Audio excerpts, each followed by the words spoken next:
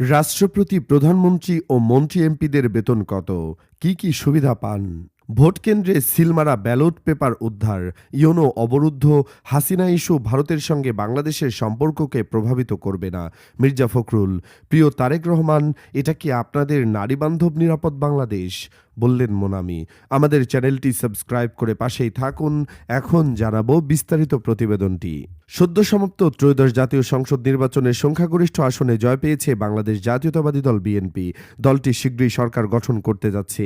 আগামীকাল নতুন প্রধানমন্ত্রী ও প্রতিমন্ত্রীদের শপথ গ্রহণ অনুষ্ঠিত হওয়ার কথা রয়েছে। নতুন সরকার গঠনকে ঘিরে রাষ্ট্রের সর্বোচ্চ পদধারীদের বেতন ভাতা ও অন্যান্য সুযোগ সুবিধা নিয়ে জনমনে কৌতূহল দেখা দিয়েছে। নির্বাচন পরবর্তী সময়ে এ বিষয়ে সাধারণ মানুষের আগ্রহ আরও বাড়ে।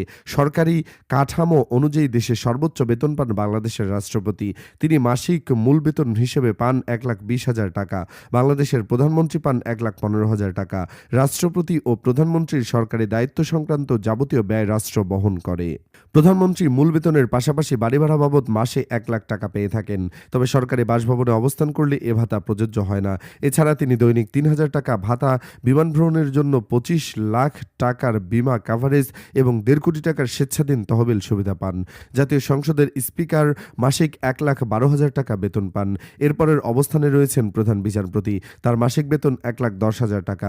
মন্ত্রীরা মাসে 1,05,000 টাকা এবং প্রতিমন্ত্রীরা 92,000 টাকা পান। একই পরিমাণ বেতন পান ডেপুটি স্পিকার, চিফ হুইপ ও বিরোধী দলীয় নেতা। উপমন্ত্রীরা মাসিক 86,500 টাকা পান।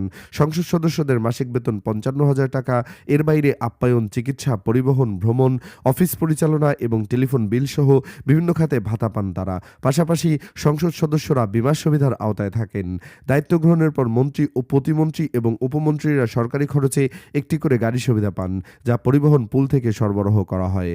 সরকারি প্রয়োজনে ভ্রমণের ক্ষেত্রে মন্ত্রণালয়ের অধীনস্থ সংস্থা বা দপ্তর থেকে জিপ গাড়িও ব্যবহার করতে পারেন তারা। জ্বালানি বাবদ মন্ত্রী, প্রতিমন্ত্রী ও উপমন্ত্রীরা দৈনিক 18 লিটার জ্বালানি তেলের সমপরিমাণ অর্থ পান। দেশের ভেতরে সফরের ক্ষেত্রে মন্ত্রী ও প্রতিমন্ত্রীরা দৈনিক 2,000 টাকা এবং উপমন্ত্রীরা 1,500 টাকা ভাতা পান।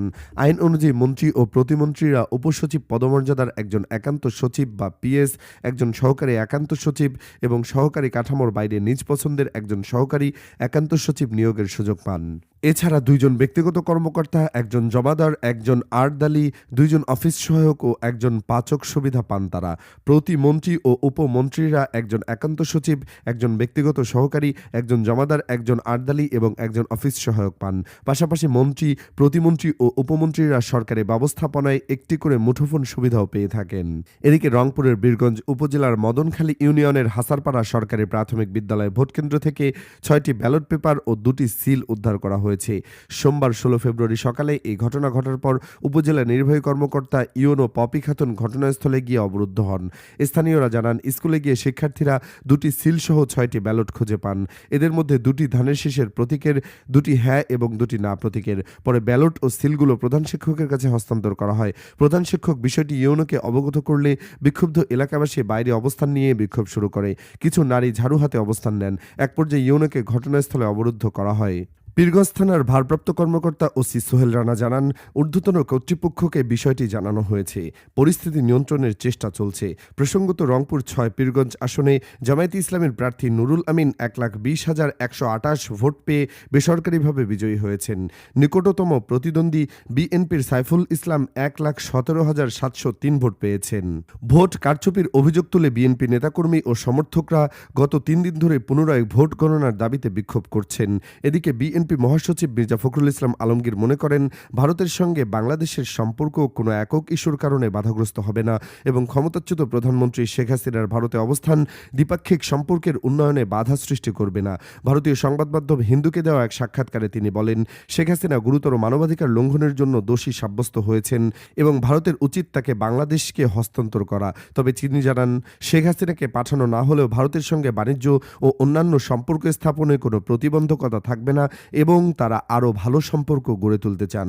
ত্রয়োদশ সংসদ নির্বাচনে বিএনপির 2/3 আসনে জিতে সরকার গঠন করতে যাচ্ছে। নতুন সংসদ সদস্য ও মন্ত্রিসভার শপথ অনুষ্ঠানে মঙ্গলবার অনুষ্ঠিত হয়েছে। ফখরুল জানান, বাংলাদেশের স্বার্থে প্রকল্পগুলো দ্রুত এগিয়ে নেওয়া এবং ভারতের সঙ্গে উন্নয়ন অংশীদারিত্ব জোরদার করা হবে। তিনি বলেন, 2024 সালে অভ্যুত্থানের ক্ষমতা হারানোর পর থেকে ভারতে নির্বাসনে থাকা শেখ হাসিনাকে মৃত্যুদণ্ড দেওয়া হয়েছে।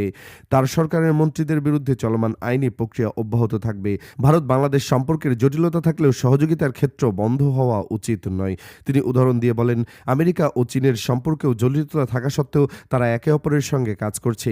ফখরুল ইসলাম বলেন, 1975 সালে বঙ্গবন্ধু শেখ মুজিবুর রহমান নিহত হওয়ার পর শেখ হাসিনা ও শেখ রেহানা ভারতে অবস্থান করলেও বিএনপি নেতা প্রয়াত রাষ্ট্রপতি জিয়াউর রহমান তখন ভারত সফর করেছিলেন এবং ভারতের প্রধানমন্ত্রী মোরারজি দেশাই ঢাকায় এসেছিলেন। তিনি বলেন, দুই দেশের অমীমাংসিত বিষয় যেমন গঙ্গা পানি বন্টন চুক্তি, ফারাক্কার পানি, সীমান্তে হত্যাকাণ্ড ইত্যাদি নিয়ে আলোচনা প্রয়োজন। ভারতের সঙ্গে যুদ্ধের কোনো সুযোগ নেই, বরং আলোচনার মাধ্যমে সমাধান করতে হবে। ফখরুল বলেন, প্রতিদ্বন্দ্বী রাজনৈতিক দলের সঙ্গে সমঝোতার ভিত্তিতে রাষ্ট্র পরিচালনা করা উচিত। 2024 সালের সহিংস গণঅভ্যুত্থানের পর অন্তর্বর্তী সরকার জাতীয় পর্যায়ে সমঝোতা করতে ব্যর্থ হয়েছে। বিএনপির 31 দফা কর্মসূচি ভারতের সঙ্গে বাণিজ্য, প্রযুক্তি, শিক্ষা, ব্যবসা এবং ডিজিটাল অবকাঠামোর ক্ষেত্রে সহযোগিতার সুযোগ তৈরি করবে। তিনি আরও বলেন, আওয়ামী লীগের ঋণের বোঝা কমানো, মেগা প্রকল্প পুনর্মূল্যায়ন এবং বাংলাদেশের স্বার্থে কার্যকর প্রকল্পগুলো বজায় রাখা ও নতুন সরকারের দায়িত্ব। এদিকে ঢাকা বিশ্ববিদ্যালয়ের শিক্ষক ও সহকারী প্রক্টর শেহরিন আমিন ভূঁইয়াকে মোনামিকে বিভিন্ন অপরিচিত মোবাইল নম্বর থেকে কল দিয়ে হত্যার হুমকি দেওয়ার অভিযোগ উঠেছে। সামাজিক যোগাযোগ মাধ্যম ফেসবুকে দেওয়া এক পোস্টে তিনি এ দাবি করেন। একই সঙ্গে তাকে দেওয়া অসংখ্য কল ও হুমকির বেশ কিছু স্ক্রিনশটও তিনি জনসম্মুখে প্রকাশ করেছেন। তিনি বলেন, ভোটের ফল আসার পর থেকে এই হুমকি পাচ্ছি। নিজের ভেরিফাইড ফেসবুক পেজে দেওয়া এক স্ট্যাটাসে এই শিক্ষক লিখেছেন, 13 ফেব্রুয়ারির পর আমি যে অসংখ্য মৃত্যুর হুমকির সম্মুখীন হচ্ছি, এটি তার মধ্যে একটি মাত্র।